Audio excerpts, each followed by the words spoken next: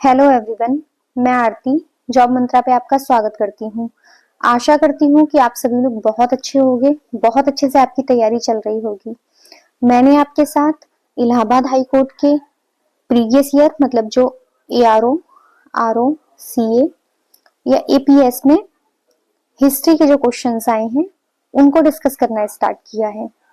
कुछ वीडियोस पहले आ चुके हैं, आज ये नेक्स्ट वीडियो है। और पिछले वीडियो में हमने इस बात को देखा था कि अब हम क्या करेंगे कि हिस्ट्री को सेग्रीगेट करके डिस्कस करेंगे। जैसे अब तक हम मिक्स फॉर्म में कर रहे थे, एंशिएंट, मिडिएवल, मॉडर्न। अब हम पहले मॉडर्न हिस्ट्री के प्रीवियस ईयर क्वेश्चंस को खत्म करेंगे, उसके बाद मिडिएवल और उसके बाद एंशिएंट। तो इस वीडियो का पहला क्वेश्चन नंबर फर्स्ट है, प्रार्थना समाज वॉज फाउंडेड बाय। प्रार्थना समाज की स्थापना किसने की? Option A Atmaram Pandurang, option B Dayanand Saraswati, option C Swami Vivekanand, option D Shri Raman Maharshi. तो इसका सही आंसर है ऑप्शन ए आत्माराम पांडुरंग। प्रार्थना समाज की स्थापना किसने की थी? आत्माराम पांडुरंग ने की थी। और कब की थी? 1867, 1867 में आत्माराम पांडुरंग ने केशव चंद्र सेन, इनकी प्रेरणा से, ये महाराष्ट्र के दौरे पे गए हुए थे, इनकी प्रेरणा से प्रार्थना समाज की स्थापना की थी 1867 में। मैं एक जहां पे मैंने ये लिखा है कि जो भी प्रमुख स्थापनाएं हुई थी संस्थाओं की, उनका मैं आपके साथ नोट्स को शेयर कर दूंगी, तो वहां से आपको हेल्प मिलेगी, थोड़ा देख लीजिएगा। तो आप ये जो है प्रार्थना समाज, इसकी स्थापना 1867 में हुई थी, आत्माराम पांडुरंग ने की थी। पूछा जाता है कि किसकी प्रेरणा से की थी, तो प्रेरणा किसकी थी? केशव चंद्र सेन की।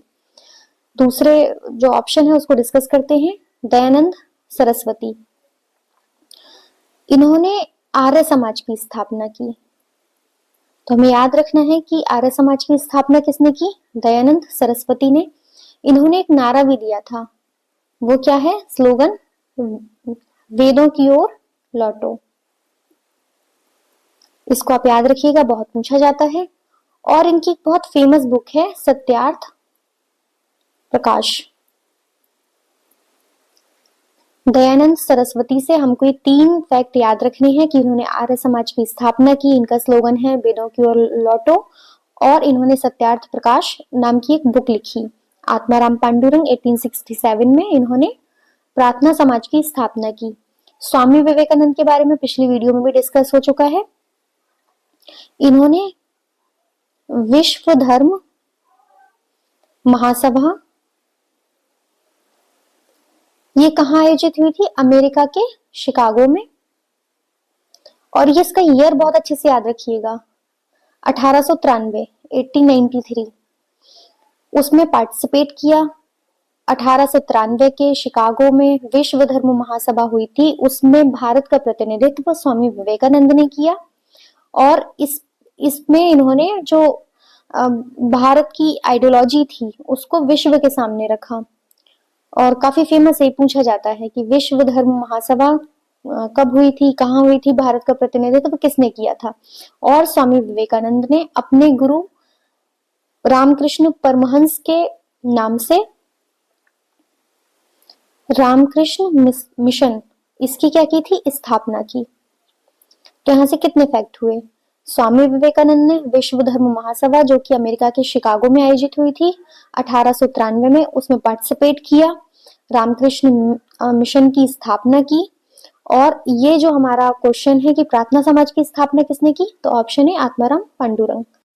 क्वेश्चन नंबर 2 है, who of the following took the burning of foreign during the incorporation movement as insensate waste? निम्नलिखित में से किसने असहयोग आंदोलन के दौरान विदेशी कपड़ों को जलाने को इनसेंसिट वेस्ट कहा? Option A Sardar Vallabh Bhai Patel, option B Rabindranath Tagore, option C Chittaranjan Das, option D Mridula Sarabhai. तो विदेशी कपड़ों को जलाए जाने के मामले में, या विदेशी कपड़े हुए, विदेशी सामान हुए, उनको जलाने को किसने इनसेंसिट वेस्ट कहा? वो है रविन्द्रनाथ टैगोर। रविन्द्रनाथ टैगोर ने असहयोग आंदोलन के दौरान जब विदेशी कपड़े या विदेशी चीजें जलाई जा रही थी, तो उसको उस चीज को पॉजिटिव नहीं माना था और उन्होंने इसको एक इनसेंसिव वेस्ट की तरह लिया। रविन्द्रनाथ टैगोर के बारे में थोड़ा और जानते हैं। इन्होंने गीतांजलि के लिए नोबेल पुरस्कार भी जीता। इसको आप याद रखिए कि नोबेल पुरस्कार किसने जीता? रविन्द्रनाथ टैगोर ने। और इनकी जो बुक है जिसके लिए इन्हें मिला वो है गीतांजलि। हमारा जो राष्ट्रगान है जनगण मन, उसके लिखने वाले हैं रविंद्रनाथ टैगोर।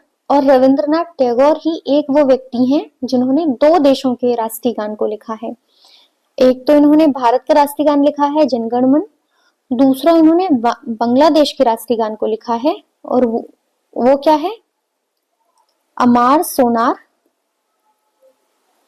बंगला। सरदार वल्लभ भाई पटेल के बारे में, एक तो उन्होंने 1928 में एक सत्याग्रह हुआ था, बारडोली सत्याग्रह। तो बारडोली सत्याग्रह को लीड किया था। बारडोली सत्याग्रह के लीडर थे वल्लभ भाई पटेल और वही महिलाओं के द्वारा इनको सरदार की उपाधि दी गई। इस फैक्ट को अच्छे से याद रखिएगा। दूसरा है कि जब भारत आजाद हुआ था, भारत को स्वतंत्रता मिली थी, तो उसके बाद जो देशी रियासतों का एकीकरण था, क्योंकि भारत बहुत सारी रियासतों से मिलकर बना हुआ था, तो देशी रियासतों का जो एकीकरण था उसमें जो प्रमुख भूमिका निभाने वाले हैं वो हैं सरदार वल्लभ भाई पटेल। और इन्हें क्या कहा जाता है? भारत का लौह पुरुष, iron man of India. Option C Chittaranjan Das. इन्हें देश बंधु के नाम से भी जाना जाता है। आप इनकी उपाधि याद रखिएगा। देश बंधु किसको बोला जाता है? चित्तरंजन दास को। और इन्होंने 1923 में मोतीलाल नेहरू के साथ मिलकर, किसके साथ मिलकर? मोतीलाल नेहरू के साथ मिलकर स्वराज दल की स्थापना की। मृदुला साराभाई, ये भारतीय स्वतंत्रता कार्यकर्ता थी, राजनीतिज्ञ थी। यहाँ से कोई बहुत ज्यादा नहीं पूछा जाता। हमको ये जो 3 सरदार वल्लभ भाई पटेल, रविन्द्रनाथ टैगोर, चित्तरंजन दास, इनके बारे में जो फैक्ट मैंने बताए हैं उनको बहुत अच्छे से याद कर लीजिएगा। प्रीवियस ईयर को करने का सबसे ज्यादा फायदा यही होता है कि आप देख रहे होंगे कि हम चित्तरंजन दास को भी अपने प्रीवियस वीडियो में डिस्कस कर चुके हैं। सरदार वल्लभ भाई पटेल के बारडोली सत्याग्रह को जो हमने डिस्कस किया था, तब हमने सरदार वल्लभ भाई पटेल के बारे में भी डिस्कस किया था। तो जब आप प्रीवियस ईयर करें तो उसको जब आप इस फॉर्म में करेंगे कि जो भी उसके ऑप्शन हैं आप उनको भी बहुत अच्छे से पढ़ रहे हैं, तो काफी हद तक आपकी थ्योरी भी तैयार होगी। बाकी मैं थ्योरी पे भी सोच रही हूँ कि हम क्लासेस लेके आए, थोड़ा मैं आपको बताऊं कि आपको क्या पढ़ना है क्या नहीं पढ़ना है और जो पढ़ना है वो कैसे पढ़ना है। बाकी पढ़ना तो आपको ही है, लेकिन एक हेल्प होती है कि आपको कौन कौन सी चीजें एकदम ही छोड़ देनी है, उनको आपको देखना ही नहीं है, और क्या आपको बहुत ध्यान से पढ़ना है, और क्या ऐसा है जहां से थोड़ा कुछ पढ़ के आगे बढ़ा जा सकता है। क्योंकि पढ़ना, नॉलेज गेन करना और एग्जाम निकालना दो सच में बहुत अलग चीजें हैं। जरूरी नहीं है कि जिन लोगों ने एग्जाम निकाला है उनके पास बहुत नॉलेज है, और ये भी बिल्कुल जरूरी नहीं है कि जिनके एग्जाम नहीं निकले हैं वो उनको चीजों को नहीं पता या वो नहीं जानते। बस एग्जाम निकालना एक दूसरी चीज है, नॉलेज गेन करना एक दूसरी चीज है। जब हम एग्जाम निकालने के प्रोसेस में होते हैं तब हम वो चीजें देखते हैं कि हम कैसे उस प्रोसेस को आसान बना सकते हैं, हम कैसे वो चीजें कर सकते हैं, हम वो एरिया हो गए जहां हम ज्यादा फोकस करें, वो चीजें हो गई जिनको हम ज्यादा अच्छे से करें। तो वही मैं सोच रही हूँ कि थ्योरी की क्लासेस लाऊं, और बाकी आप बता दीजिएगा जैसे भी आपको ठीक लगे कि लाना है नहीं लाना है। बाकी ये जो मैं अब से आपको वीडियो करवाऊंगी तो इसका क्यूज भी आपको मिलेगा, तो आप उसको भी लगा लीजिएगा, आपको काफी हेल्प होगी। टेलीग्राम चैनल है उसको भी ज्वाइन कर लीजिएगा। वहां अभी मुझे लगता है कि 8-10 दिन से कुछ वहां मैंने नहीं डाला है, लेकिन वहां मैं कुछ ना कुछ आपके साथ ऐसा शेयर करती रहूंगी कि आपको हेल्प होती रहे। चलिए अगले क्वेश्चन की तरफ बढ़ते हैं। हमारा नेक्स्ट क्वेश्चन है, विच of the following industries flourished in India during the British rule? Option अच्छा, इसके जो ऑप्शन है वो आपको पहले दिया हुआ है कि फर्स्ट सेकंड थर्ड, और फिर उसके बाद आपको बताया है इस तरीके इससे कि पहला और दूसरा है, दूसरा तीसरा है, पहला और तीसरा है, या ये तीनों ही है। तो ये तीन आपके ऑप्शन नहीं है, ये तीन उद्योगों के बारे में दे रखा है, इंडस्ट्रीज के बारे में दे रखा है। निम्नलिखित में से कौन से उद्योग अंग्रेजी शासन के दौरान भारत में उन्नत हुए?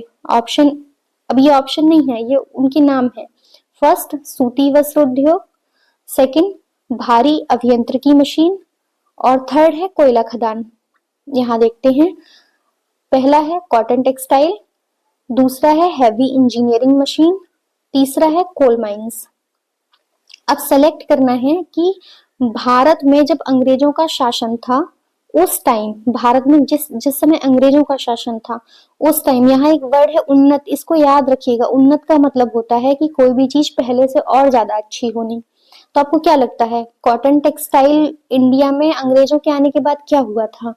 जब हम मॉडर्न हिस्ट्री को पढ़ेंगे तब हम देखेंगे कि जो सूती वस्त्र उद्योग इंडिया का था वो अंग्रेजों के आने के बाद डिक्लाइन किया था। बहुत सारे अंग्रेज क्या करते थे कि यहाँ से जो कच्चा माल था वो ले जाते थे इंग्लैंड, और बाद में उन्होंने फिर यहीं पे उसका प्रोसेस करना शुरू कर दिया था। तो इसमें तो कमी आई थी जो सूती वस्त्र उद्योग था। बाकी जो अभियंत्रिकी थी, इंजीनियरिंग थी, मशीन्स थी, वो उन्नत हुए। कोयला खदान जो है, कोल माइंस, वो उन्नत हुए, क्योंकि जब हम इंजीनियरिंग की तरफ जाएंगे तब हमको कोल की जरूरत पड़ेगी। बाकी सूती वस्त्र उद्योग इंडिया का क्या हुआ था, डाउन हुआ था। तो इसका जो सही आंसर होना चाहिए, जिसमें सेकंड और थर्ड है, अब देखते हैं कि किसमें है। सेकंड वाला ऑप्शन बी, केवल दूसरा और तीसरा, क्योंकि जो सूती वस्त्र उद्योग है वो अंग्रेजों के आने के बाद उन्नत नहीं हुआ था, वो क्या हुआ था, डिक्लाइन हुआ था। तो जो मशीन उद्योग है या जो कोयला उद्योग है, जो कोल माइंस हैं, वो हमारा उन्नत हुआ था। तो ऑप्शन बी, क्वेश्चन थर्ड का राइट आंसर होगा। क्वेश्चन नंबर फोर्थ है, the principle of election in India was introduced by. Bharat में चुनाव के सिद्धांत का प्रतिपादन हुआ था। ऑप्शन ए, इंडियन काउंसिल एक्ट 1861, भारत परिषद अधिनियम, भारत परिषद अधिनियम 1861, दूसरा है इंडियन काउंसिल एक्ट 1892, भारत परिषद अधिनियम 1892, option C, Indian Council Act 1909, Bharat परिषद अधिनियम 1909, और ऑप्शन डी है इंडियन काउंसिल एक्ट 1919। इसका जो सही आंसर है कि चुनाव के सिद्धांत का प्रतिपादन किसके द्वारा हुआ था, वो है ऑप्शन बी, जो भारत परिषद अधिनियम था 1892 का।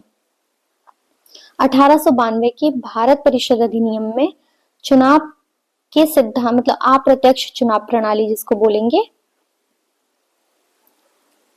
उसकी स्टार्टिंग हुई।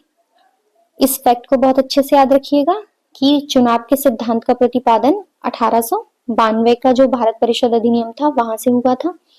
और इससे हमको एक फैक्ट और याद रखना है कि ये जो अधिनियम था, इसी में परिषद के भारतीय जो सदस्य थे, इंडियन मेंबर्स थे, उनको वार्षिक जो बजट होता था, मतलब आप सिर्फ इतना याद रख लीजिए कि बजट पर बहस करने का अधिकार और सरकार से प्रश्न पूछने का अधिकार।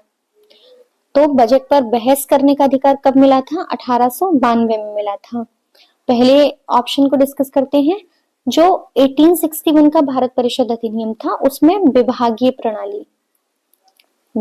प्रणाली पोर्टफोलियो सिस्टम जिसको बोलते हैं, उसकी स्टार्टिंग हुई। और बहुत ज्यादा पूछे जाने वाला फैक्ट है, तो बहुत अच्छे से याद रखिएगा कि विभागीय प्रणाली ये 1861 के भारत परिषद अधिनियम में इसको इंट्रोड्यूस किया गया था। और जो गवर्नर जनरल थे उनको अध्यादेश जारी करने की जो शक्ति थी वो पहली बार 1861 में ही मिली थी। गवर्नर जनरल को क्या जारी करने की शक्ति, अध्यादेश जारी करने की शक्ति। उसके बाद 1909 हम पिछली वीडियो में डिस्कस कर चुके हैं कि इसमें क्या हुआ था, मुस्लिमों को पृथक निर्वाचन मिला था, मुस्लिमों को पृथक निर्वाचन मिला था।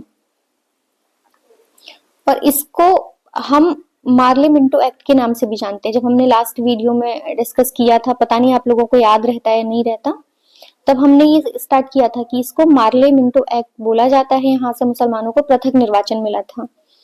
और 1919 भारतीय परिषद जो अधिनियम था, इसको भी हमने डिस्कस किया था कि यहाँ प्रांतों में द्वैध शासन की शुरुआत हुई थी। और लास्ट वीडियो में ये भी डिस्कस किया था कि द्वैध शासन की प्रांतों में जो एंडिंग हुई थी वो 1935 में हुई।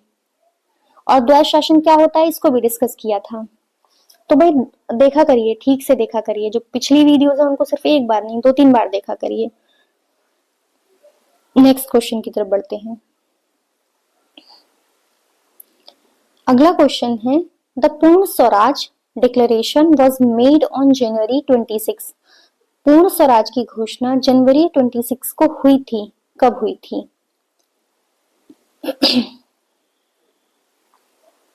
Option A 1928, option B 1930, option C 1929, option D 1931। देखिए ये जो क्वेश्चन है कि पूर्ण स्वराज की घोषणा 26 जनवरी को हुई। अगर यहाँ 26 जनवरी वर्ड ना दे रखा होता, अगर सिर्फ इतना ही बोला जाता कि पूर्ण स्वराज की घोषणा कब हुई, क्योंकि मुझे ऐसा लग रहा है कि क्वेश्चन जो है वो इसका फॉर्मेट ठीक नहीं है। या इसमें 26 जनवरी को अगर ना ऐड किया जाए कि पूर्ण स्वराज की घोषणा कब हुई, तो वो हमने इसको भी पिछले वीडियो में भी डिस्कस किया था कि पूर्ण स्वराज की घोषणा 31 दिसंबर 1929 को कांग्रेस का एक अधिवेशन हुआ था जो कि लाहौर में हुआ था। याद आ रहा है कि लाहौर में 31 दिसंबर 1929 को कांग्रेस का एक अधिवेशन हुआ था जिसकी अध्यक्षता जवाहरलाल नेहरू ने की। कहाँ की थी? रावी नदी के तट पर की थी। और वहां पूर्ण स्वराज की घोषणा की थी, और वो घोषणा ये की थी कि 26 जनवरी 1930 को हम पूर्ण स्वराज जो है वो मनाएंगे। तो पूर्ण स्वराज की घोषणा इस दिन हुई थी और इस दिन के लिए हुई थी, मतलब 26 जनवरी 1930 के लिए हुई थी। तो इसका जो सही आंसर हो जाएगा वो 1930 हो जाएगा, क्योंकि यहाँ मेंशन है कि 26 जनवरी की, कौन सी 26 जनवरी? 1930 की 26 जनवरी को हमने पूर्ण स्वराज की घोषणा की थी। और इसको याद रखिएगा कि 1929 में जो अधिवेशन हुआ था वो लाहौर में हुआ था, जवाहरलाल नेहरू ने इसकी अध्यक्षता की थी। और ये भी पूछा था किस नदी के तट पे हुआ था, तो रावी नदी के तट पे हुआ था। अब आगे बढ़ते हैं। देखिए पूना पैक्ट भी डिस्कस हो चुका है।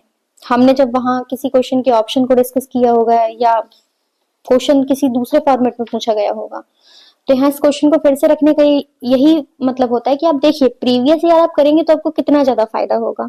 आप प्रीवियस ईयर अच्छे से लगा लीजिए। थ्योरी एकदम पूरे तरीके से नहीं करनी होती, वो सारा सब कुछ आपको नहीं याद रखना होता, बहुत कुछ छोड़ना होता है। आप नहीं छोड़ेंगे तो फिर आप सिर्फ एक ही सब्जेक्ट को पूरा करते रह जाएंगे और ऐसे सिलेक्शन नहीं होता। मतलब आपको चीजें याद हो जाएंगी तो उसका क्या बेनिफिट, अगर आप जिस चीज के लिए मेहनत कर रहे हैं अगर वहां आउटपुट ना निकल के आए। तो क्वेश्चन नंबर 6 है, Poona pact was signed in which of the following years? निम्नलिखित में से किस वर्ष पूना पैक्ट पर हस्ताक्षर किया गया? Option A 1932, option B 1936, option C 1934, option D 1938। देखिए पूना पैक्ट जो है वो 26 सितंबर 1932 को डॉक्टर भीमराव अंबेडकर और किसके बीच हुआ था? महात्मा गांधी। देखिए महात्मा गांधी और डॉक्टर भीमराव अंबेडकर के बीच पूना पैक्ट या पूना समझौता किया गया, जिसमें हुआ यह था कि दलितों का जो पृथक निर्वाचन था उसको समाप्त किया गया। दलितों को जो पृथक निर्वाचन अंग्रेजों ने दिया था उसको समाप्त करने की घोषणा की गई कि दलितों को पृथक निर्वाचन नहीं दिया जाएगा। इसके बदले में जो प्रांतीय विधान मंडलों में दलितों के लिए जो रिजर्व सीट है वो 71 से बढ़ाकर 147 कर दी गई। कहीं आपको 147 भी मिलेगा, कहीं 148 भी आपको पढ़ने में आ जाएंगी। जो मुझे ज्यादा सही डाटा लगता है वो 147 का है, शायद मैंने किसी स्टैंडर्ड बुक में देखा था। तो अगर 147 मतलब ये दोनों शायद ही कभी ऑप्शन में हो, बाकी आप 147 के साथ ही जाइएगा। तो 26 सितंबर 1932 को डॉक्टर भीमराव अंबेडकर और महात्मा गांधी, इन दोनों लोगों के बीच में जो एक समझौता हुआ, वो समझौता ये हुआ कि दलितों के पृथक निर्वाचन को समाप्त किया जाएगा। विधानमंडलों में जो उनको सीटें मिली हैं वो रिजर्व सीट बढ़ाकर 71 से 147 कर दी जाएंगी, और ये समझौता 1932 में हुआ था। नेक्स्ट क्वेश्चन क्वेश्चन नंबर 7 है, निम्नलिखित में से किस घटना ने अरविंदो घोष को भारतीय राष्ट्रवादी आंदोलन की ओर मोड़ दिया? Which of the following events brought Arvindo Ghosh into the fold of the Indian national movement? Option A Surat विभाजन, the Surat split. Option B partition of Bengal, Bengal का विभाजन। ऑप्शन सी जलियांवाला बाग हत्याकांड। Option D the famines of 1899 to 19th century. इसका जो सही answer है वो है पार्टीशन ऑफ बंगाल। बंगाल के विभाजन को हम बहुत अच्छे से डिस्कस कर चुके हैं, तो यहाँ हम इसके बारे में थोड़ा जानेंगे। देखिए, बंगाल का विभाजन 1905 में हुआ था, कर्जन के समय में हुआ था। और बंगाल के विभाजन के समय में जो अरविंदो घोष थे, उन्होंने क्या किया था, अपनी जो जॉब थी उससे रिजाइन कर दिया था, अपनी नौकरी छोड़ दी। बंगाल विभाजन के दौरान ही वो इस मूवमेंट से जुड़े, और 1926 में पुदुचेरी में उन्होंने अरविंदो आश्रम जो है, श्री अरविंदो आश्रम, उसकी स्थापना की। तो यहां से हमको क्या याद रखना है कि बंगाल विभाजन के दौरान 1905 में अरविंदो घोष जो कि जॉब कर रहे थे, अपनी जॉब से रिजाइन देकर राष्ट्रवादी आंदोलन की ओर अपना मुख किया। और उनका जो दूसरा जो पूछे जाने वाला फैक्ट है वो ये है कि पुदुचेरी में 1926 में इन्होंने अरविंदो आश्रम की स्थापना की। सूरत का विभाजन ये 1907 के अधिवेशन में हुआ था, सूरत का ही अधिवेशन था, सूरत अधिवेशन जो कि 1907 में हो रहा था।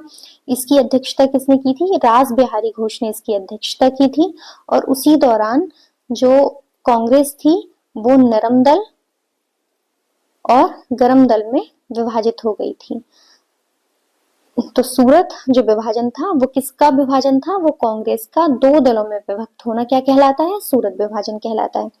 जलियांवाला बाग हत्याकांड ये 13 अप्रैल 1919 की घटना है, और ये घटना किसके बाद हुई थी वो भी हम डिस्कस कर चुके हैं कि जो 1919 में रोलैक्ट एक्ट आया था उसके बाद ही घटना हुई थी जलियांवाला बाग हत्याकांड। तो इसका सही आंसर कि अरविंदो घोष को राष्ट्रवादी आंदोलन की ओर मोड़ा था वो है बंगाल का।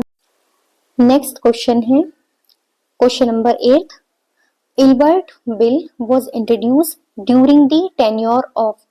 इल्बर्ट बिल का प्रवेश किसके कार्यकाल में हुआ था?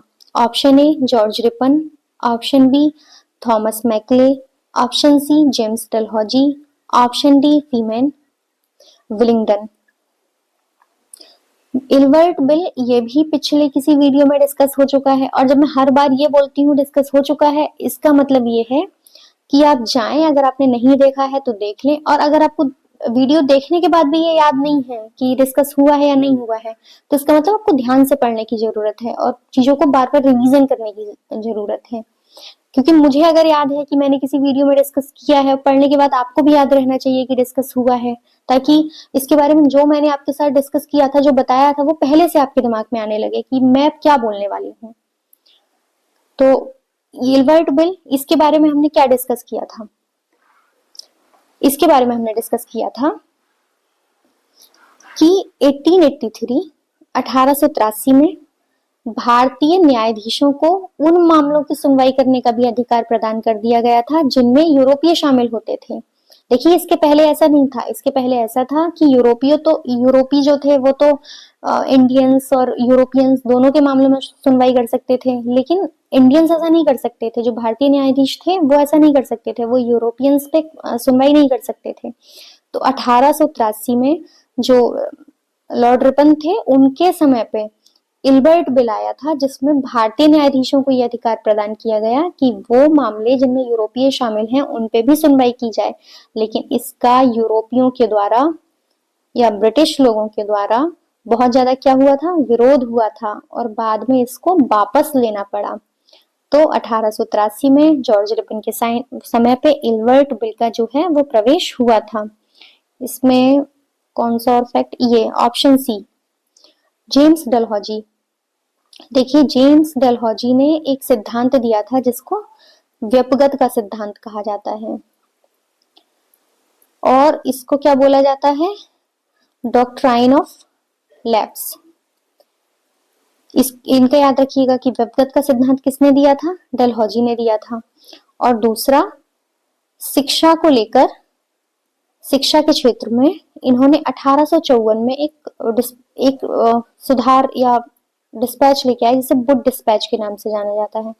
तो 1854 का वुड डिस्पैच किसके द्वारा लाया गया, वो डलहौजी के द्वारा लाया गया, और इन्होंने व्यपगत का सिद्धांत दिया था। डॉक्ट्रिन ऑफ लैप्स का सिद्धांत किसका है, लॉर्ड डलहौजी का है। और व्यपगत के सिद्धांत में क्या होता था कि अगर आपके पास संतान नहीं है तो फिर आप अपने उत्तराधिकारी को गोद नहीं ले सकते थे, और इस आधार पर जो अंग्रेज हैं वो आपके राज्य को अपने में शामिल कर लेंगे।